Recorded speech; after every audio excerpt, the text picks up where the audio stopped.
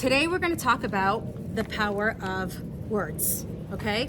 Can you guys hear me okay? Yeah. So before we begin, we've covered that everything is energy, right? So every action that you take, okay, also releases energy. It releases either a positive or a negative energy. Another way to say that is it releases an angel. It creates an angel. Angels are just balls of energy. It's containments of energy, right? So we spoke about till now in Kabbalah 1. This is like Kabbalah 4 material, so it's get in. Till now, it's been when you're reactive, how do you overcome that to tap into light, right? We spoke about shifting your destiny. You shift your destiny when you accumulate enough light to change what was supposed to happen to something else. You guys all remember that? So one of the things that we should be focused on is how do I bank light? How do I bank credits, basically? How else do you put it? One of the ways, or the most powerful way of creating energy is through our words, okay? It says that God created the world with words, right? Even abracadabra, who knows what that means? To create. Yeah.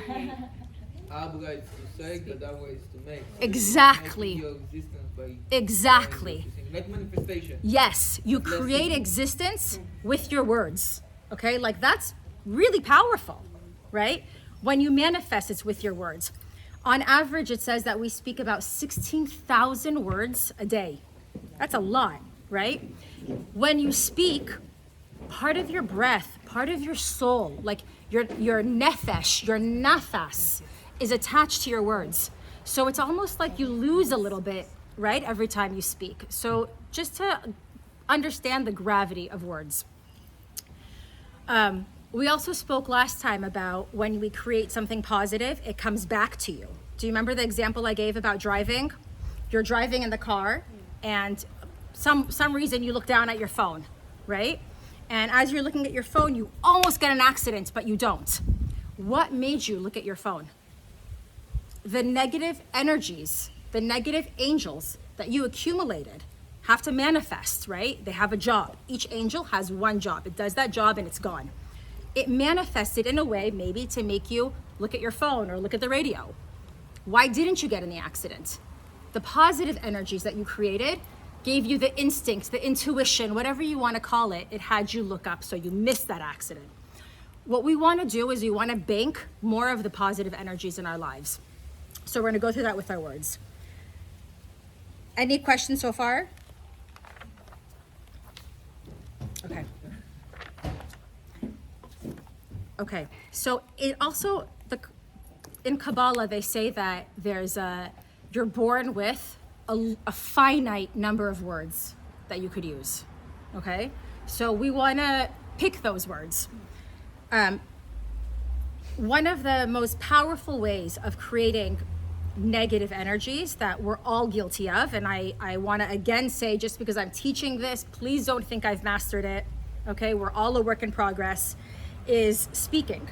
And when we speak and it comes from a place of lack or a place of pain or a place of I want to get my way, so I'm going to say it in a certain way to manipulate the situation, all of that is reactive. So every word that comes when you're feeling lack, every single word creates a negative angel that has one job and it's going to manifest in your life, okay?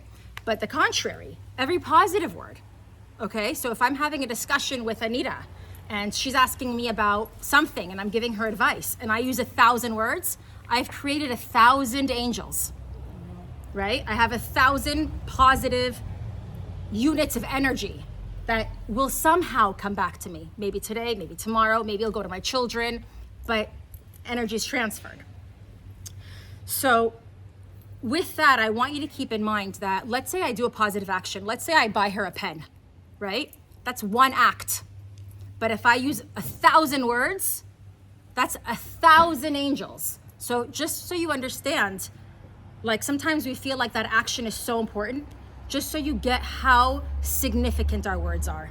And now let's say Anita shares what I told her to the girl next to her, right? Anita's getting the positive angels, but so am I. That ripple effect all comes back to you, for good or for bad. Okay? So all of our actions, all of our words are one of two things. They either build or they destroy. There's no in between. Okay? You're either a builder, you're adding value, or you're destroying. Okay? So keep that in mind. So we're going to go through the types of evil speech. The first one that I'm going to talk about is the talebearer. Okay? This is the person who just wants to tell a story. Oh, did you hear what so-and-so did? It's not negative. It's just a story. I saw her walking down the street. This happened, that happened. Every word of that depletes you. Okay? It doesn't build. You might think it's neutral, but it doesn't count as neutral energy, okay? Some people are like, I'm a talebearer because it makes people laugh, okay? Saying that to ourselves is like looking for an excuse to say it's okay, okay? It still has that effect.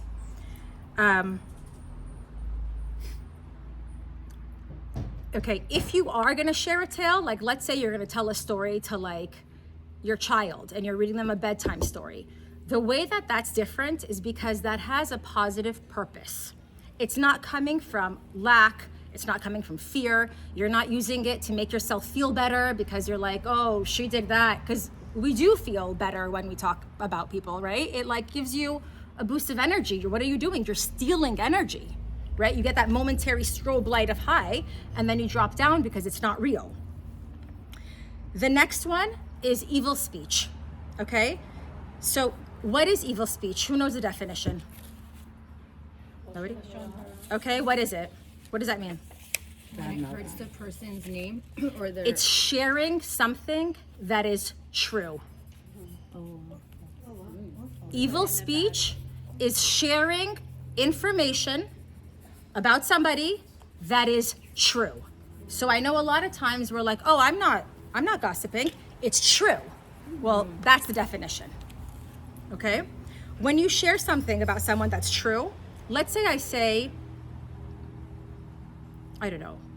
Even if you're saying something positive, that considers a I'll get to that. So let's say I'm saying, I don't know, John is a jerk. Let's say John is a jerk. It's true, okay?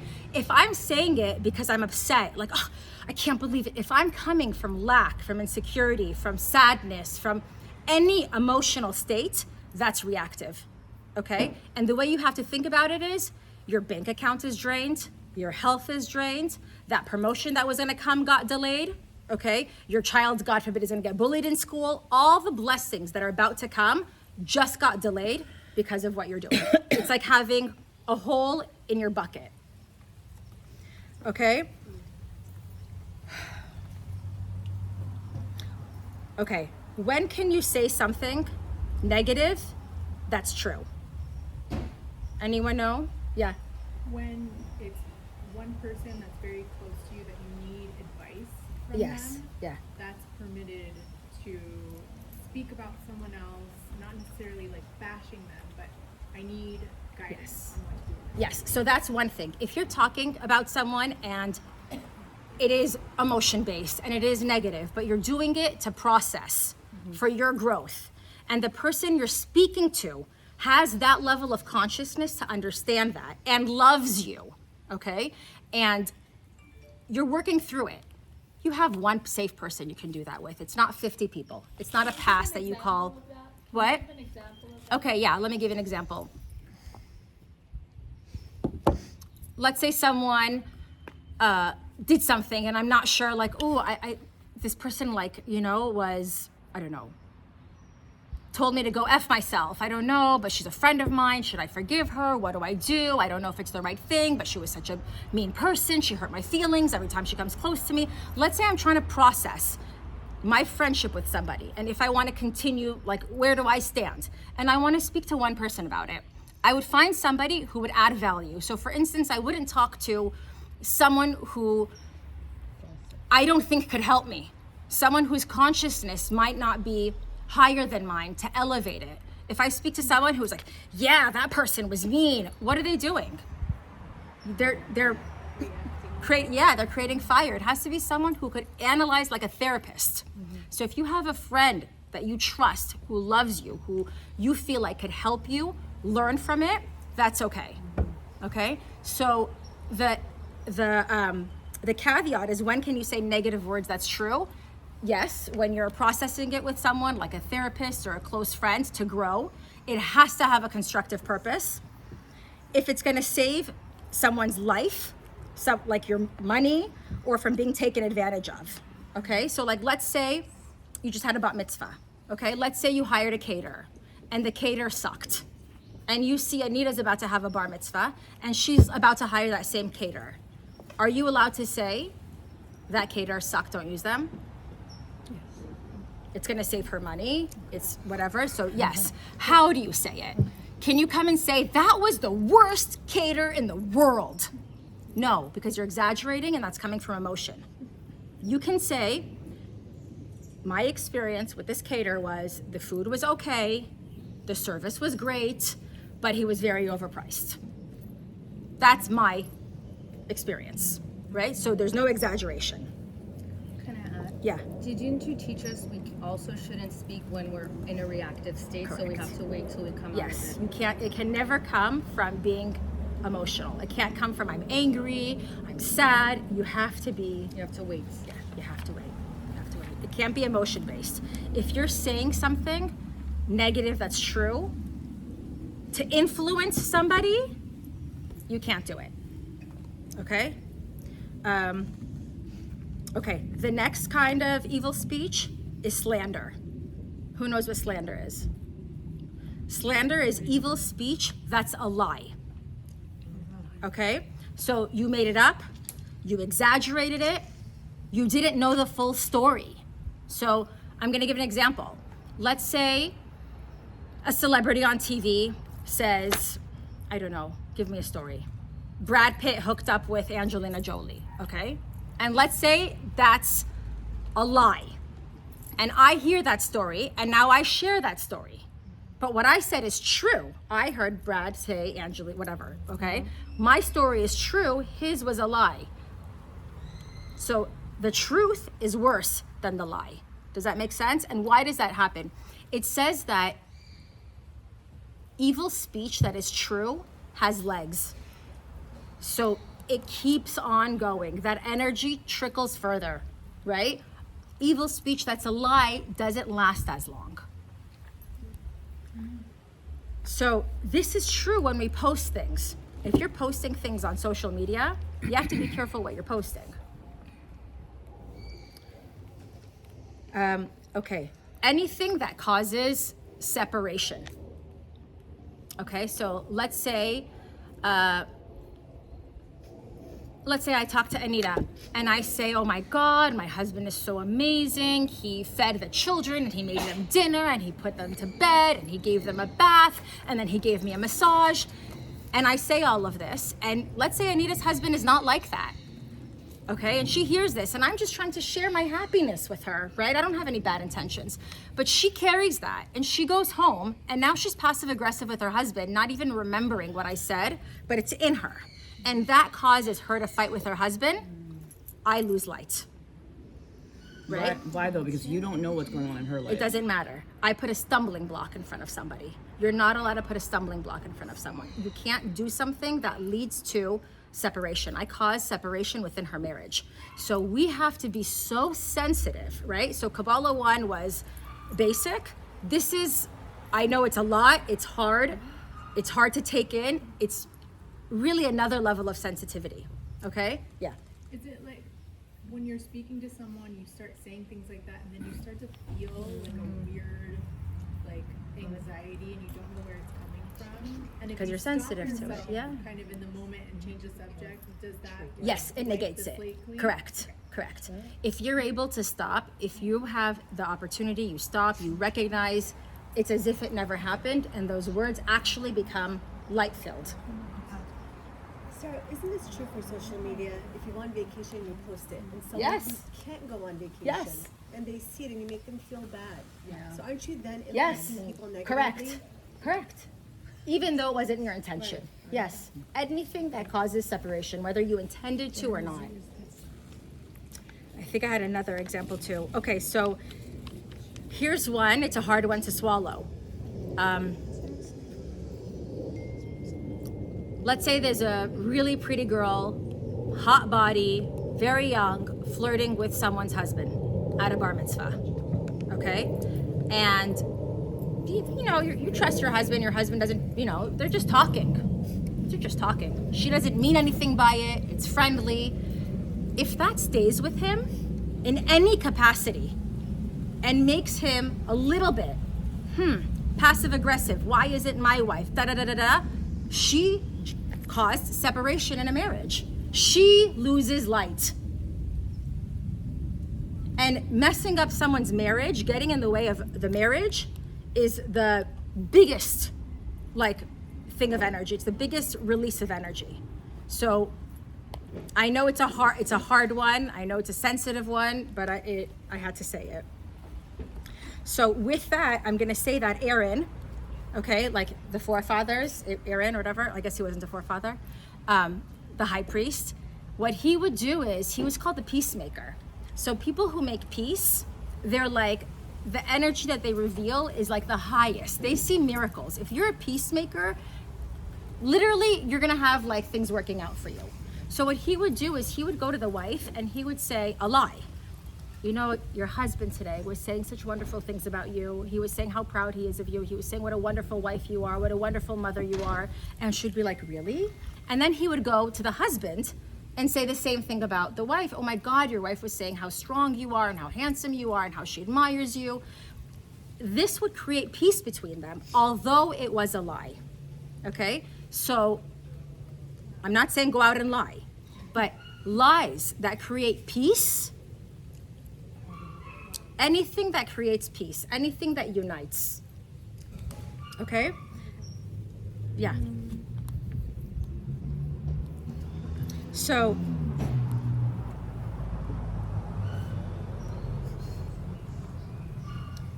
there's a thing about putting a stumbling block in front of a blind man.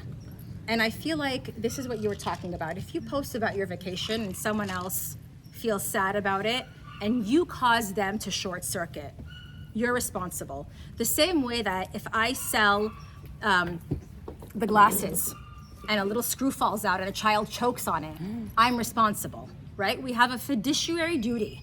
So you have that in spirituality as well. You have a duty not to make people short circuit, not to cause people to be reactive. People could say something like, well, I just want to post my vacation because I'm happy, or I just want to look really pretty, you know? And I'm not saying don't look good, please, nobody think that's what I'm saying. Everybody should look beautiful. But if you're doing these things in a way that causes other people to be reactive, right? Touches on their insecurities, lack, fear, pain in a way that they short circuit, it's on you. But why? That's their own insecurity. Yes, but you have to be sensitive to it. You have to be so sensitive that you don't do something like that. You know? I think. What if your intention is not to make anyone short-circuited, or it's not even coming from lack? But let's say you share something because you're tagging the caterer and photographer, and you know you want to help advertise people to the community, and someone else looks at it and is like, God, and they get negative energy, but your intention was to be helpful. So you have to look at what the outcome is for that. So your intention was to be helpful, but you also have to look at the effect that it has. So how many positive things did you create from giving him business versus the negativity that you created? So we don't know, right? We don't know where it goes. Yes? So what about the opposite? You have to be careful who you say it to. I love that. I'm going to get to that. Seen as the opposite. I'm going to get to that. I love that.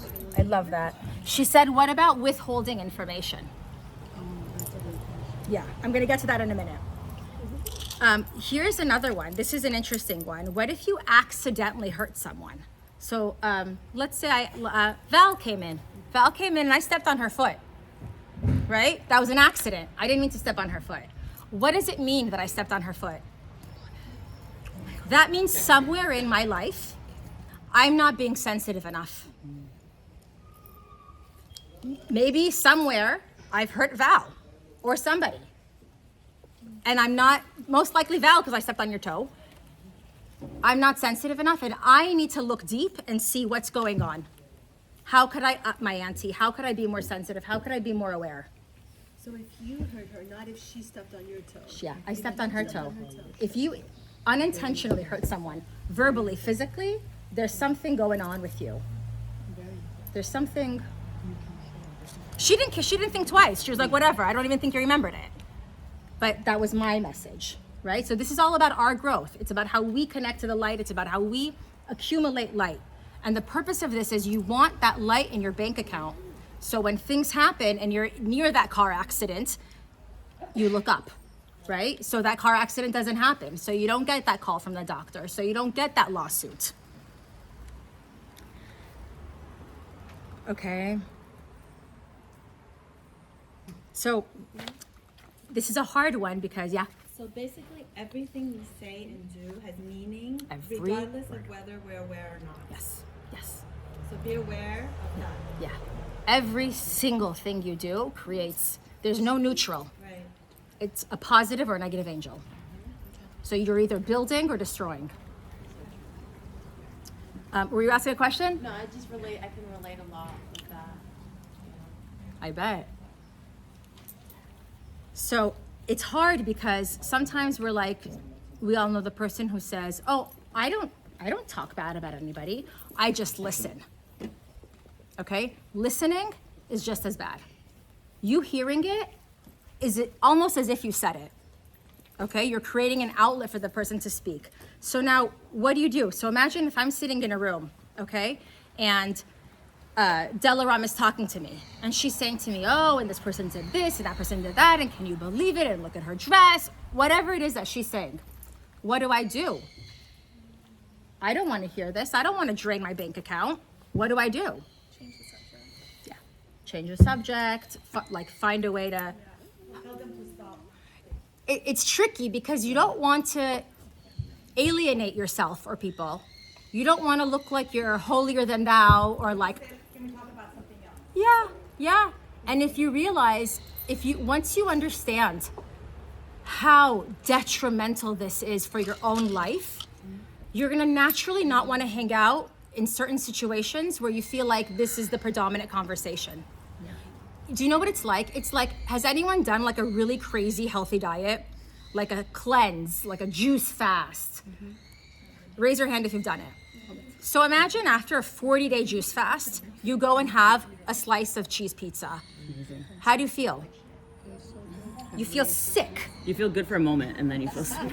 When you're eating. Yeah, it feels good when you're eating it and then right after You feel sick. Why? Because you've cleansed yourself, right? So when you're like attuned and paying attention, and you've been taking Kabbalah now for some of you for 3 years, I'm sure you feel like in some circles, you're like, something just doesn't, I used to love being with these people, but something is just not feeling right. It's because you've detoxed enough, that now that you're having the pizza, your body doesn't like it. You just wanted a moderation. Right? Your body doesn't like it. So that's kind of what it is. The way I'm gonna describe this is, okay, we'll keep going and then I'll say it. No, I'll say it now. It's like we almost have like an internal valve, right? Kind of like air conditioning, right? That when things get to a certain point, all of a sudden the valve turns on. Like, how does the air conditioning work? Let's say you put it on 75 degrees, right? When your house is at 74, the AC doesn't turn on. Once it hits 75, your AC is going because it cannot hit 76, right? So the way the universe is created is that we have to be growing and working on ourselves and accumulating positivity and connecting to source and connecting to the light. And when we're not, pain and suffering, right? That's the valve. Once you get to that 75 mark, something turns on, something switches. We call it pain and suffering. What does that do? It makes you look in. It makes you reevaluate your life. What am I doing? How do I connect, right? This happens on a global level. This happens on a national level. This happens on a community level, a family level, and a personal level. So the Kabbalistic answer to why do bad things happen, they happen to get us to refocus on connecting to the light. Okay, it's very hard for me to say that with our Nova survivors here. No, but it's true. I don't want to upset or offend anyone, but It's true though. it He said that. You said that earlier. Exactly what she just said. What do you mean? Let me- That's what he said. That's the way of life. Sometimes people get it Yeah. in a bad way. I like this song. Okay. There is comfortable and there is uncomfortable situation, but we as a social I was doing Vipassana. Have you heard about Vipassana, someone? Really? No one? Wow. Yeah, fascinating. It's 10 days of silent treatment when you get out of society for 10 days without speaking, meditation, 10 hours a day. Never mind, it's life changing. I started loving myself for the first time after 25 years. This deep, deep connection, and you really do like you go into your subconscious and you're learning all this stuff. And when she's saying that, I very connected to that. But basically, there's comfortable and uncomfortable situation, and we saying comfortable is good, uncomfortable is bad. But we learn the biggest lesson from our life from uncomfortable situation. Going to the gym is uncomfortable. But we are I only searching the comfort zone. Yeah. It's only good. So bad thing happened, but it teaches us the best things. And now, like even the 7th October, it was terrible. But how united right now all the Jewish community in this world. So it's trying to seeing the light. Yes. So, Yeah, thank you. Thank you. So I want you to imagine, and I know this is a hard way of saying it, and this is the hardest class for me to teach, and I've been wanting to teach this for over a year, and I've been delaying it, but hearing gossip is like drinking poison. Okay, so once you really understand the effect that that has on you, what are you gonna do to change the situation for yourself? How are you gonna, and you feel that the same way, like I said, the detox, right? You feel that the pizza feels like poison to you after your 40-day juice cleanse, right?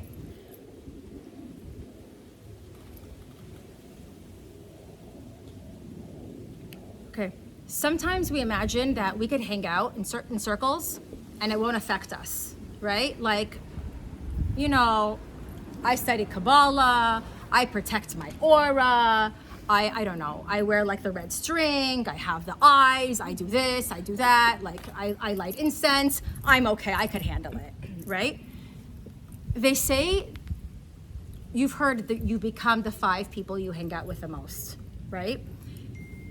Scientifically and energetically, that's also true.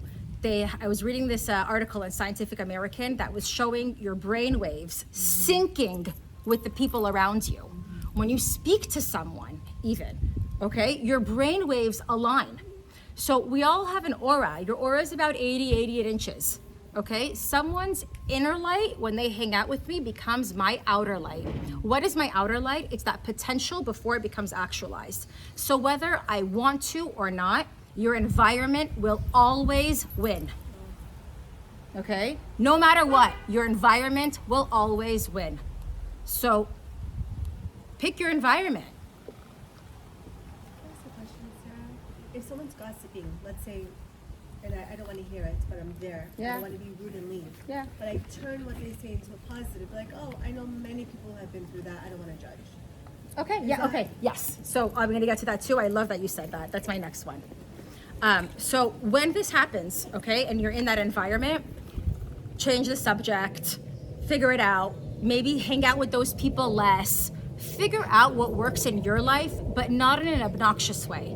Because also realize that while you're learning this stuff, you're a representation of the light. You're a representation of the creator, right? You don't want to make the creator look bad, that you're like, oh, I'm gonna go walk away because you guys are gossiping. That's not how you want to be. You're gonna lose light. How does that benefit anybody? How is that building? How is that positive, right? So you have to figure that out.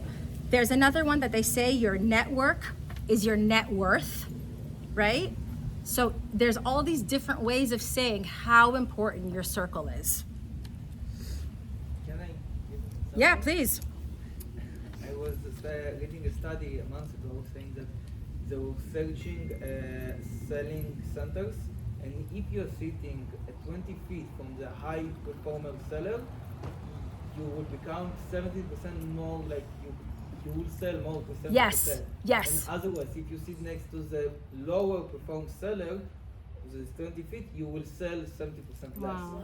So like, because it's next to you, it affects you how you hear something. Because the energies affect you. So imagine if Bill Gates is being auctioned to have lunch. Imagine it's a PTA gala, whatever, and they're auctioning lunch with Bill Gates or that other guy, the Tesla guy. What's his name?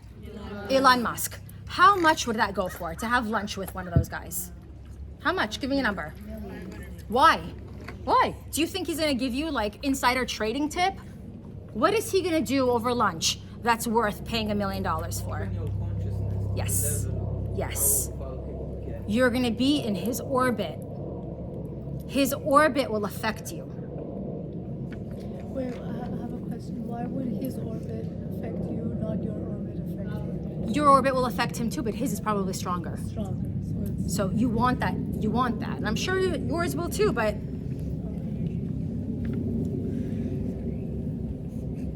okay.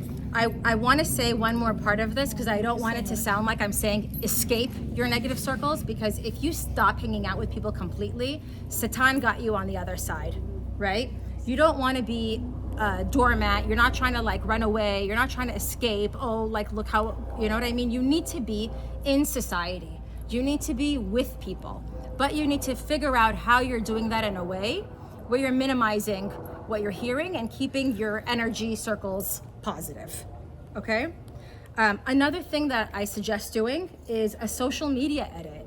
And this is really hard, but what comes up on your feed, that affects you. You can unfollow people. If it's not serving you, if it's not adding value to your life, unfollow them. Do you think if I restrict them, because I don't want to like Restrict upset them. my friends from high school Restrict them. that dress half naked on Instagram? Restrict it. It's hard. Yeah, restrict it. You don't have to look at it. Do you know what I started doing? I'm sorry. I mute people. I put it on mute so it doesn't show up anymore. Because you don't realize how much it affects you, but it really affects you. Okay, so what if you hear evil speech? Okay, this is what you were saying. So let's say, sorry, I'm picking on you. No, pick on Anita me as says much as you want. Anita says to me, oh, so-and-so's a bad guy. He's a lying, cheating, whatever. Okay? And let's say I heard it. What do I do now? How do I inoculate at that point? So immediately tell yourself, it's probably not true. Okay? It's probably not true. Remember, there's two sides of every story. And tell yourself something positive about that person, which is what you were saying. Okay? To kind of like balance it out. Because nobody is all bad or all good. Right? So maybe this person is a lying whatever, but he's a great husband and he's charitable and he's all these other things. We can't just toss him out with the bathwater. You have to, remember both sides. Some people are like, you know what? I'm just saying it because it's true. You need to know because it's true. You need to know the truth. Who knows my perspective or the Kabbalistic perspective on truth? Do we care what's true? No. What do we care about? The light. I just care about the light. You could have your truth. You could have your poison. You could have your drama. I just want the light. But is that not being selfish though? Why is it selfish? Like if you're speaking to someone and they're gossiping and then you say to yourself, okay, I don't want to be a part of this because I want to protect my light or get more light for myself. Yes. Is that not selfishness? Okay, let me give you an example. Let's say someone is drowning in the pool and I don't know how to swim. Am I gonna jump in the pool because I'm not selfish? The only way I could help them is if I'm outside of the pool and pull them out. If I jump in, I didn't save them and I drowned myself too.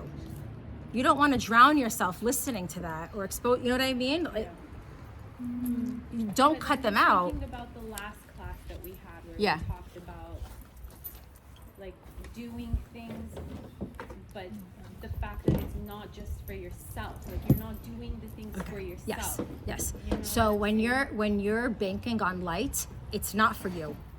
The light that you're accumulating affects the entire world. So you have to have that in your Consciousness, yes. Not just say Yes. to yourself, okay, this is for my light, for Yes. my aura. Yes. This is for the entire Yes. global light.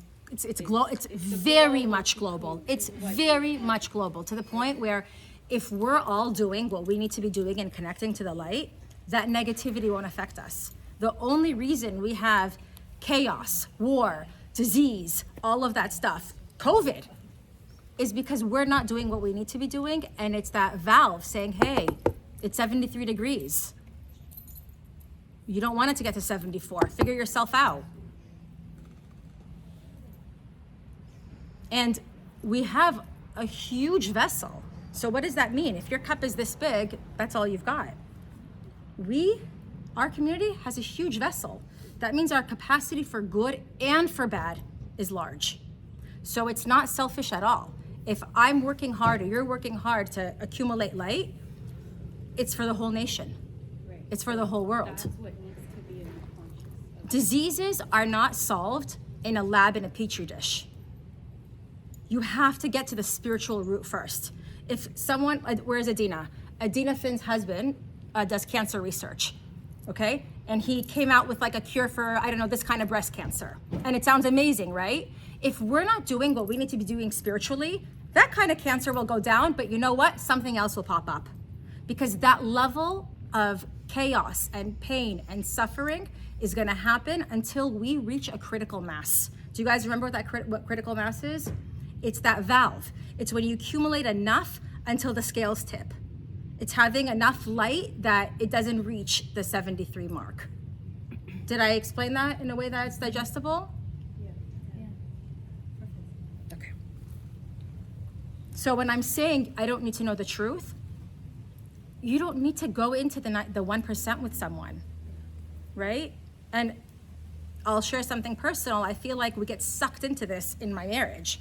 Like, I didn't do that, I did it like this, I came home at this. I'm like, it doesn't matter what time you came home. Those little nuances don't matter. Let's figure it out. Let's rise above it, right? You didn't mean to come home late or whatever it was. The details don't matter. So the truth that that person is a good person, or he really did this, or he really cheated, or he really stole, or he really did this, doesn't matter. You don't need to hear it. Did I answer your question? Yeah. Okay. Thank you. Yeah. So, sorry, a little bit off topic. So we're doing all these things for Israel and like donating money and all these things we're doing, talking about it, spreading the word. Yeah. But then at the same time, we're talking about Gaza and telling like Palestinians, you should go back. So we're creating negative energy with the positive energy. I missed your last part. We're telling Gazans what? Like we're like people are fighting on social media with people in Palestine. I don't think we should be saying bad things on social media. I don't. Yeah. Because what good is that? Right. I think what they're doing, you go and you spread the light. You go and you say what you need to say. You say the positive. Going and fighting with someone who doesn't have the capacity or vessel to hear you, what are you doing? You're wasting your words. So I'm seeing that. I'm seeing both sides. Yeah. You know what I'm saying? Because people are doing stuff, but at the same time, they're like... You have to know who you're speaking to and how you're doing it. But it's like people that post like stories putting down Palestine and Gaza. It's not that you're speaking to a direct person. Yeah, that could be that too. But it's like you're putting out like a negativity. You're saying how does that affect it? Mm-hmm. That's your question. Because you're doing both. I guess you're doing both. Does it take away from everything we're all trying to do? I think it depends on how you say it. I think if you're saying it like all Palestinians are bad, are they? Are all of them? I think it depends on how you. I think it depends on how you do it. So here's another one, and this is a really big one for our community. False flattery. Okay? Persians love this one. They love this one. So who can explain what's the problem with false flattery? What is false? Oh my God, Inor, you're such a great photographer. Nobody is as good as you. Sound like my grandma. What is the problem if I do that? Because then you're giving the illusion. Giving illusion of feelings, of thoughts, and like I was a fat kid when I was 13 years old, and my grandma said, no, all these girls, they love you. I was a terrible kid, yeah? They love you, they in love with you. It was giving not a good illusion. So it's an illusion, correct? It's not true. You are not the best photographer. You're very good. Are you the best? Who knows? In the dancing. So that's number one. Number two, what are we doing when we're giving someone that praise? We're looking for something from them, right? What are we looking for? Huh? Either we want them to like us, we want to like feel a false sense of closeness to them, we want to manipulate and get something out of them. Is it hypocrisy? Is it called hypocrisy? Oh, hypocrite? Hypocrite, yeah. But what if Kind you, of, yeah. What if you see someone's like sad and you just want to make them feel like, do you know what I'm saying? Or someone you can see they're uncomfortable, so like you want to give them If some you're love. doing it for them in a way that's authentic, that's fine. If you're doing it because, oh my God, I can't bear seeing her sad. You're beautiful, you're lovely, you're a great person because I can't bear to see you sad. Right. Do you see the difference? Right. Okay, so when you're looking to take that energy from them for yourself, it's coming from your need. That's also considered evil speech. Wow. That's also draining you. What's the name of this act? False flattery. So like, let me give you an example. You go to a hotel, you're at the Four Seasons, the lady's checking you in, and you know, you have the Amex and they could give you an upgrade if they choose to. So all of a sudden you're like, I love your hair. Right? Do you really love her hair? Is there a reason you're telling her you love your hair? And when you do that, what are you doing? You're saying, without saying the words, that I trust it. First of all, you're trying to take something. It's coming from your lack, your need, your desire, number one. Number two, the deeper thing that I want to explain is, it's almost as if you're saying, you are like God. I trust you to give me what I need rather than the light. Do you get it? What you want, you will get from the light. You don't need to manipulate people for it. What about if you're in PR? You have to have that consciousness. Nothing good will come from that. I'm telling you, Michelle and I do all this work. We see people, there's genuine and disingenuine people, and we see what happens and how it goes. It has to be your intent. You can't be looking to get something from them. You can't say, oh, well, maybe they'll upgrade me and I made her feel good. That's for you. That's just, you're looking to take. If you're at an event, for example, and you see someone who is genuinely dressed for their body type, they're literally on the dance floor having a great time, and you're sucked into this amazing energy, and you approach this person. That's very different. That's very different. You're not taking anything from them. What it's is not. that called? It's great. That's fine. You're adding value. That's not coming from your lack. That's not coming from your fear. That's not coming from you trying to get something. You're not trying to make yourself feel better because they're making you sad and you want to cheer them up. That's just purely for them. You're adding value. That's fine. I have a question. Are you like confronting? Confronting maybe? Should I do it with someone giving me this type of behavior? Should I confront it and say stuff like... No, you don't have to say it. Just recognize it. Just recognize it for yourself, and you know what's going. You feel it. But if I don't want them to continue doing that, They're not going to. If they want something from you, they'll just compliment you. You can. I feel like you're gonna get that a lot, being a Nova survivor in Los Angeles. So I have it a lot. You just I just recognize it.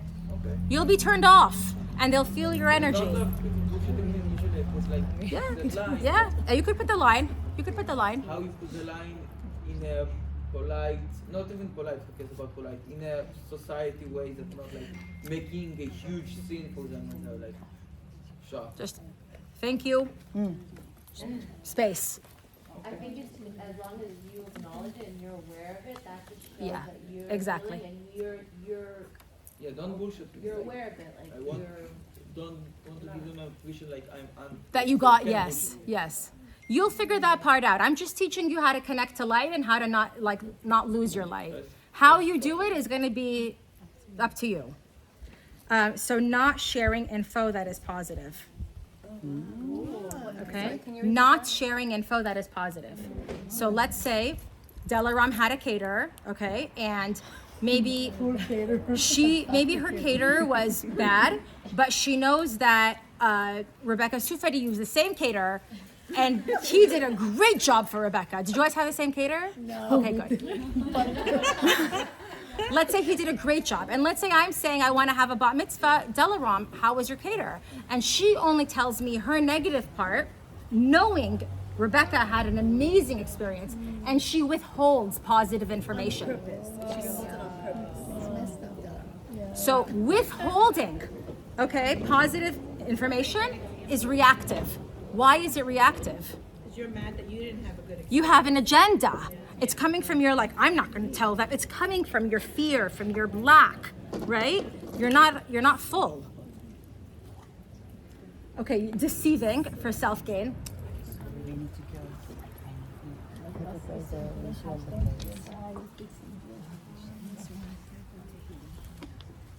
Okay, so deceiving for self-gain. So let's say you share information to sabotage someone's relationship, someone's friendship, to sabotage a deal, right?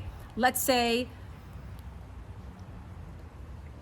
Michelle and I are working with somebody and a third person comes and says, oh, you're about to collaborate with that other nonprofit. Do you know what I know that they did? Right? And they're doing that. And let's say what they're saying is true. That person who's telling me, if she's telling me from lack, it's reactive. Even if it's true. Do you get it? If they're telling me to help, genuinely help, like, hey, watch out, then it's positive. Okay, so, yeah. What about if someone's asking for, like, let's say someone's dating and they want to know about the guy and you have information that might be negative, but it's for the better, like, Yeah, yeah. Okay, ask me the question. How's the guy's family? Do I know about the guy's family? Yeah. Okay, my experience with the guy's family is X, Y, and Z. That's my only firsthand experience, but I think you should look into it a little more and ask other people. But what if you've heard and it's not your experience? My experience is, that I've heard? my experience is. Right? Mm-hmm.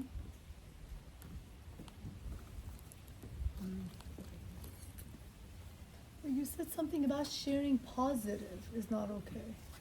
Didn't you just start Keeping withholding. positive, withholding, not saying. Oh, okay. So let's say someone is saying how mean Delaram is, and she's an awful person, and she did this, and she did that, and she did this, and I have really good things that I'm not sharing, right? That's number two. Let's say we're sitting in a circle, and I know Rebecca doesn't like Delaram. Okay? I'm sorry, you're in front of me. It's just easier than coming up with names. Let's say we're in a circle, okay? Delaram's not here, Rebecca is, and I know Rebecca doesn't like Delaram. And I say, oh my God, Delaram is so nice. That was reactive. Yeah. It's like I'm putting a stumbling block in front of her. It's like I know she has this weakness and I'm bringing something up that's gonna cause Rebecca to short circuit. I'm causing Rebecca to be reactive. That's on me. So in that case, what would the person do? Like, how would I react if someone said that? If someone said that to me to try and get a reaction out of it. So our whole Kabbalah 1 was how to deal with it like personally, is when someone does something like that and you want to react, to pause and to sit with it until you're at the place where you're no longer feeling that. Yeah. But for you to bring it up thinking, oh, I'm saying something nice. I'm saying Delaram is so great. If you're saying that in front of someone who might short circuit and be reactive, if she's reactive, it's on you. I have another question. Yeah. When you say pause, let's say it's a subject or something that you'll never be able to get over. Then you don't ever talk about Then it? you pause. Then you can talk about it, but let's say, give me an example. You can give a hypothetical if you want. I don't know. Okay. I don't know. It could be something as simple as, my son was in a car accident while your son was driving. And regardless of the situation, whether both of them come out unscathed, I will always be angry that your child put my child in that situation. And you want to speak with that person about it? No, I'm just saying, like, how do you, if you're never going to get over that, Do you always remain on pause? Okay, so that's something that you would go and dig in deep. I don't think that has to do with pause. Pause is how you're going to react to somebody. Pause is when you have a trigger in that moment, what you do. That's what I mean. Like, if anytime the subject comes up, you have nothing nice to So say let's say you're pissed about the boy's mom, and the boy's like, my son didn't do anything. Your son distracted my son, and that's why they got in an accident, right? And you want to tell that mom, no, that's not true. This is the situation, and you're upset. You can't speak from a place of lack and sadness and emotion. So I'll do another class on proactive confrontation, but basically you never ever speak when you're in a reactive place, when you're feeling. You have to work on that, whether it's therapy, meditation, processing, journaling, whatever it is, until you recognize, and I'm going to share something about that. If you, let's say someone hurt you, let's say she hurt me, let's say she backstabbed me, she hurt me, she stole from me, she, I don't know, slapped my child, whatever it is, okay? The worst thing you could think of. In order for me to one way that I could recognize and not feel reactive is to know that if I were her and had her same exact life and her same upbringing and her same tikkun, okay, I would do the exact same thing. Okay, so much so, and this is a huge leap, that, okay, we'll leave it there. So much so that, think about the worst person in the world. If you had their tikkun and grew up like them and had their DNA and their upbringing and everything was the same, you might do the same thing. So you have to be understanding because you don't know what they've And been through. that person who wronged you, it's never that person. That was sent from the light to test you, to trigger you, so you could practice, you could grow, and you could connect.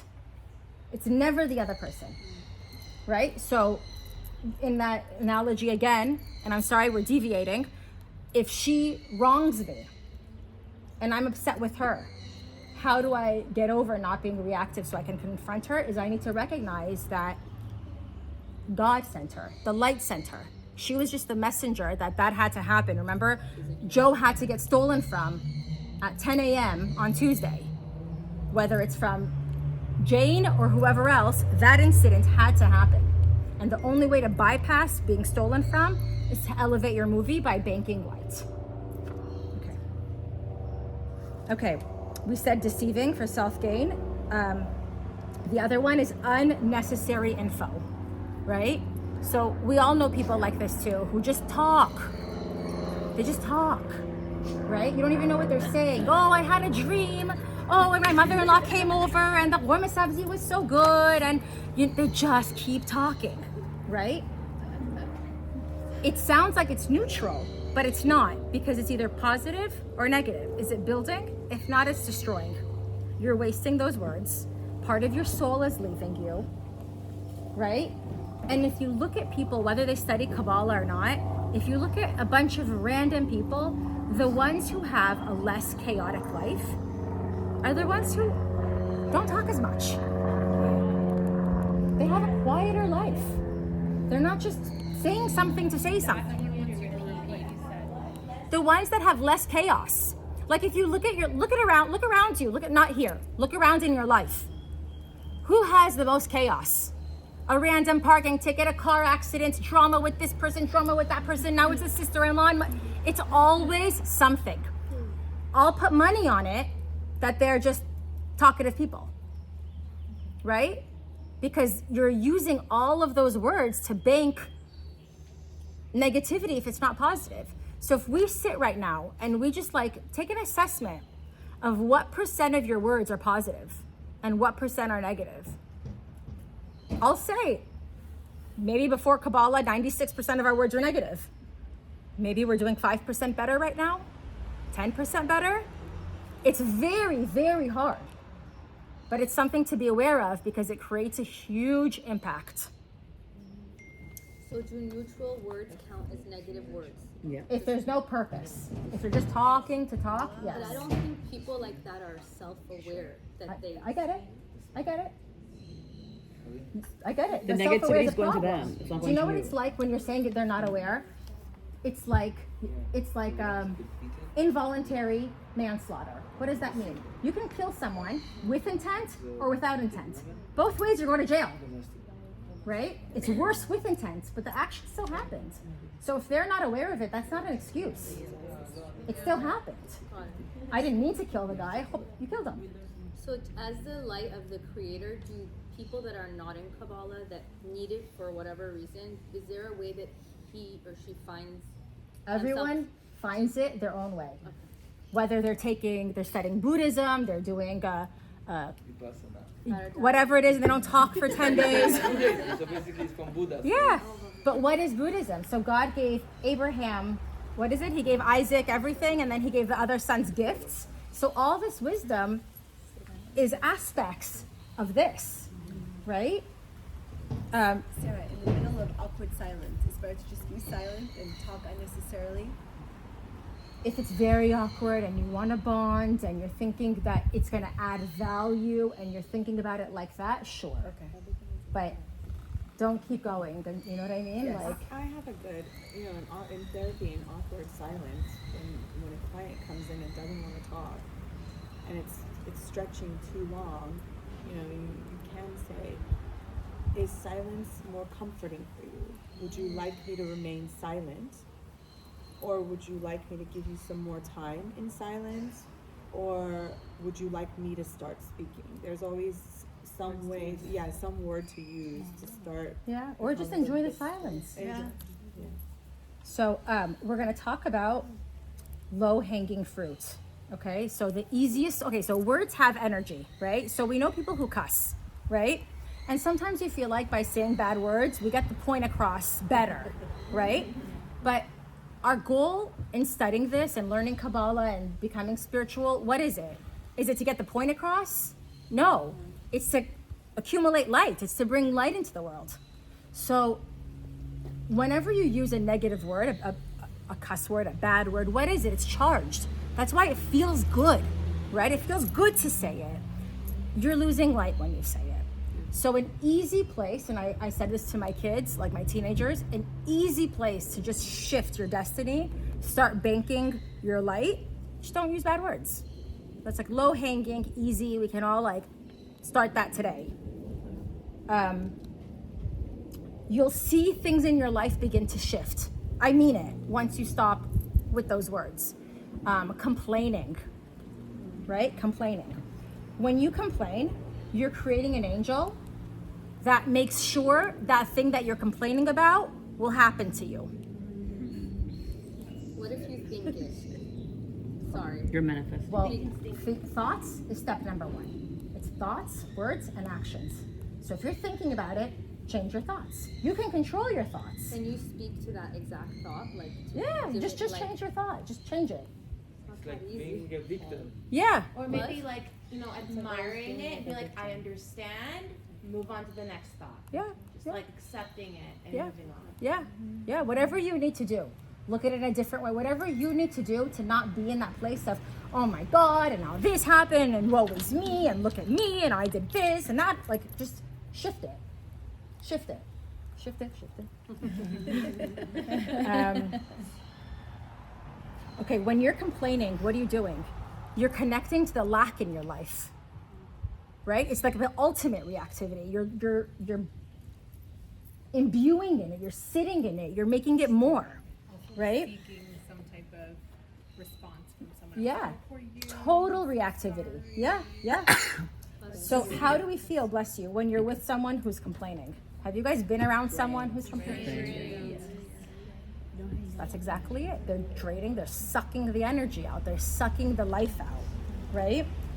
So this falls into venting. Whoever was saying venting earlier, was it you? Or someone was saying venting, talking to your one person. If you're talking to remove the negativity from you, that's fine, but there's a limit, right? You process it and then you let go and you grow, right? You don't wallow in it forever. Okay, so we're done. And the point, be a builder, not a destroyer, and watch your words. Yeah. What happens if you're always on the receiving end of someone that is complaining, but for example, I have someone that is always complaining complaining, and her thing is that you always calm me down. Like, I feel like I'm her person to just. Is it excessive? Is it like once in a while? It's a lot. It's like weekly. Okay, so But then they're family, you know, so you can't. I'll shift it for you because you don't want to enable them. So when I get like that, I have one friend who I call, okay, when I want to process, and she'll call me out. She'll be like, Sarah, we spoke about this already. We're done. I like that. And I'm like, okay, we're done. But that's because it's you. You're like, okay, I get you. But can I tell you, you have to put that boundary for that person to be able to receive it. They might push back, they might complain, but after a while, you know what I mean? They'll figure it out. Or maybe they won't come to you for it, and that's okay. If they choose to be reactive, that's their choice. You don't have to enable that or be a part of that. You don't have to drown in the pool with them.